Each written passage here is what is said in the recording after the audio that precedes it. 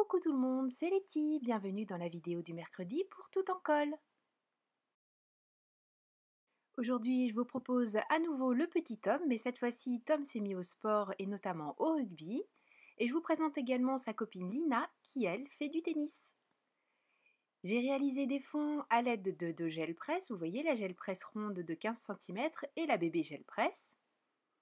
Et j'ai utilisé de la peinture Fresco Finish.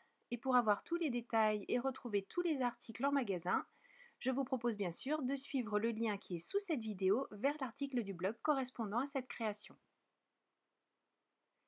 Je pose la peinture en petites touches très fines et pour obtenir un résultat très léger, j'utilise de la mousse. C'est la mousse Cut and Dry que j'ai recoupée en petits rectangles.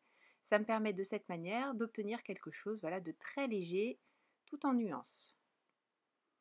Une fois que cette première couche est sèche, je passe cette fois-ci, donc la première couche c'était du jaune. Ici je fais une petite marque au rouleau en bas avec de la peinture verte. Donc je ne vous donne pas les couleurs ici puisque vous les retrouvez dans l'article du blog, tout simplement. Et je passe mon rouleau non pas en faisant des mouvements de va-et-vient, mais bien en le faisant rouler complètement. De cette manière, j'ai quelque chose de très linéaire.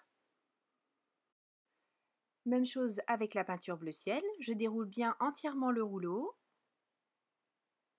Et je viens couvrir un petit peu la peinture verte, que j'ai posée précédemment, mais peu importe. L'essentiel, c'est que la peinture verte ait été posée la première, ce qui fait qu'elle sera au premier plan par rapport à ma peinture bleu ciel. Comme tout a séché, pour récupérer ce que j'ai mis, j'utilise une autre peinture bleue un peu plus soutenue. De cette manière, j'espère obtenir des dégradés un petit peu entre mes deux bleus. Je mets mon papier, j'ai utilisé ici du papier Maya blanc.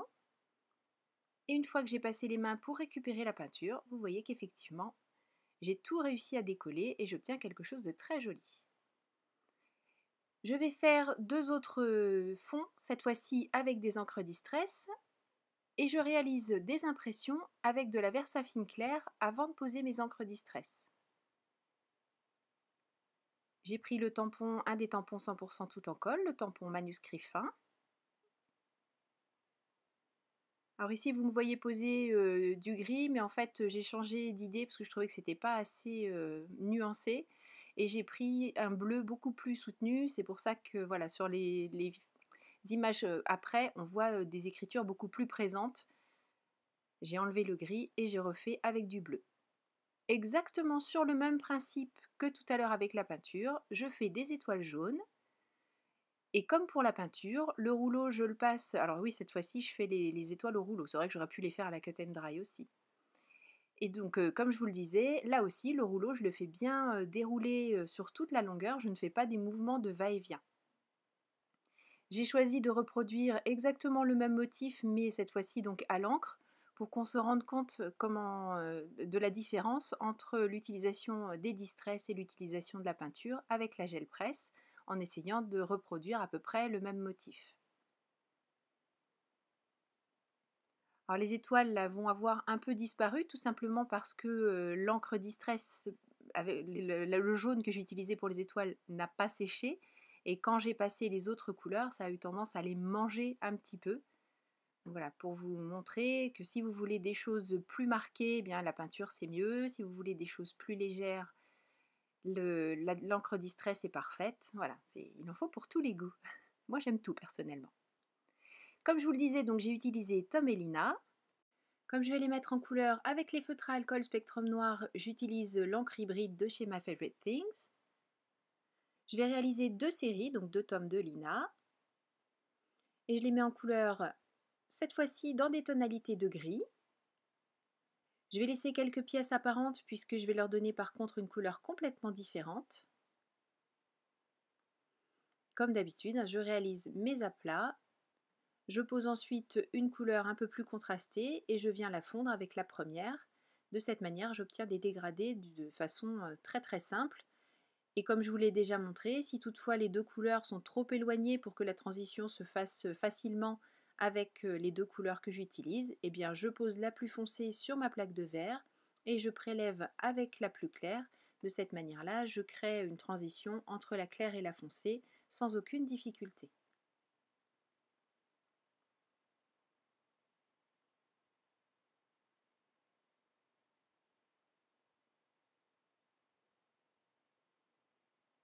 C'est ce que je vais faire ici. Je pose donc la couleur foncée. Alors sur la plaque de verre, évidemment, on ne voit pas grand-chose. Puis comme je ne me suis pas redécalée, là, on ne voit pas grand-chose non plus. Mais vous allez le voir voilà, sur les autres parties. Donc ça permet vraiment de créer une transition toute douce et de cette manière, le dégradé est extrêmement facilité. D'ailleurs, vous pouvez utiliser cette technique même si vous n'avez pas choisi de couleurs très contrastées. Ça marche très bien aussi, bien sûr. Pour les références des feutres que j'ai utilisés, là aussi, je vous invite à vous référer à l'article blog correspondant à ces créations.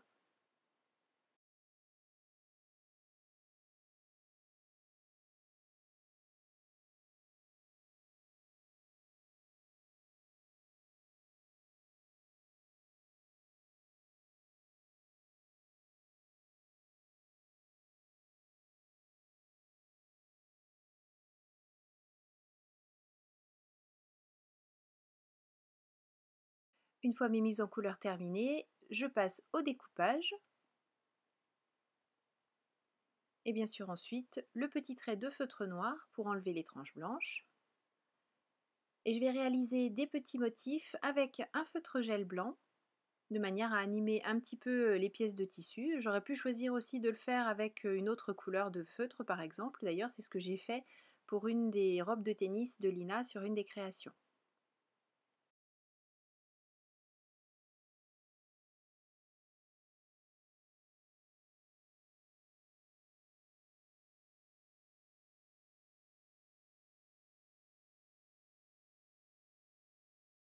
Je reprends les fonds réalisés à la gel presse. Je vais réaliser 2 cartes rondes.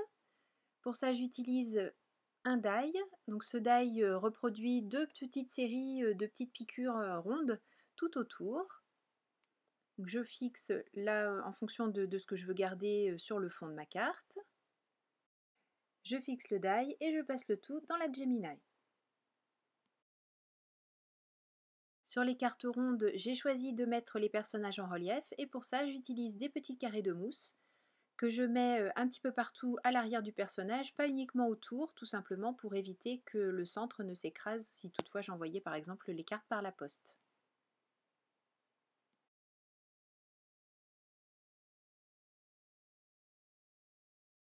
Par contre, sur les petites cartes au format ATC, j'ai choisi de les coller directement à la colle à pointe fine, tout simplement parce que sur mes ATC, je ne souhaitais pas qu'il y ait trop de volume.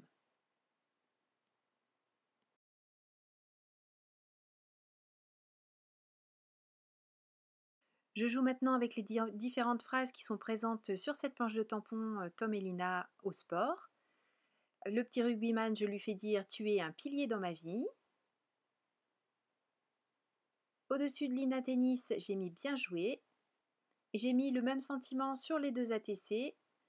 J'adore cette petite phrase, et c'est une petite phrase qui dit « Je peux pas, j'ai point de suspension ». Et il y a une quatrième phrase dans cette planche de tampon qui dit « On forme une belle équipe ». Réaliser les bases de cartes des cartes rondes, puisque les autres sont des ATC, donc je n'ai pas besoin de base particulière.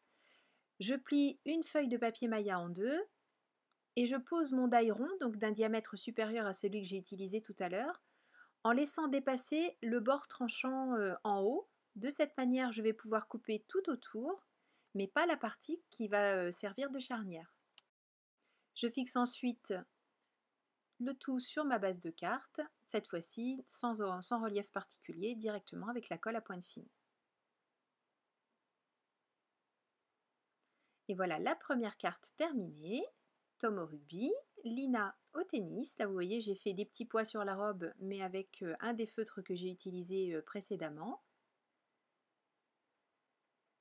Et pour les ATC, j'ai collé directement donc le fond. J'ai rajouté un petit peu derrière la raquette de Lina à chaque fois un petit peu de couleur puisque sinon le fond serait resté blanc, donc j'ai mis un petit peu de feutre qui rappelle le fond utilisé et réalisé à la gel presse. Merci beaucoup d'avoir suivi cette vidéo. Je vous donne rendez-vous dès la semaine prochaine pour une nouvelle création pour tout en colle. D'ici là surtout, prenez bien soin de vous et créez et partagez. Gros bisous, bye bye.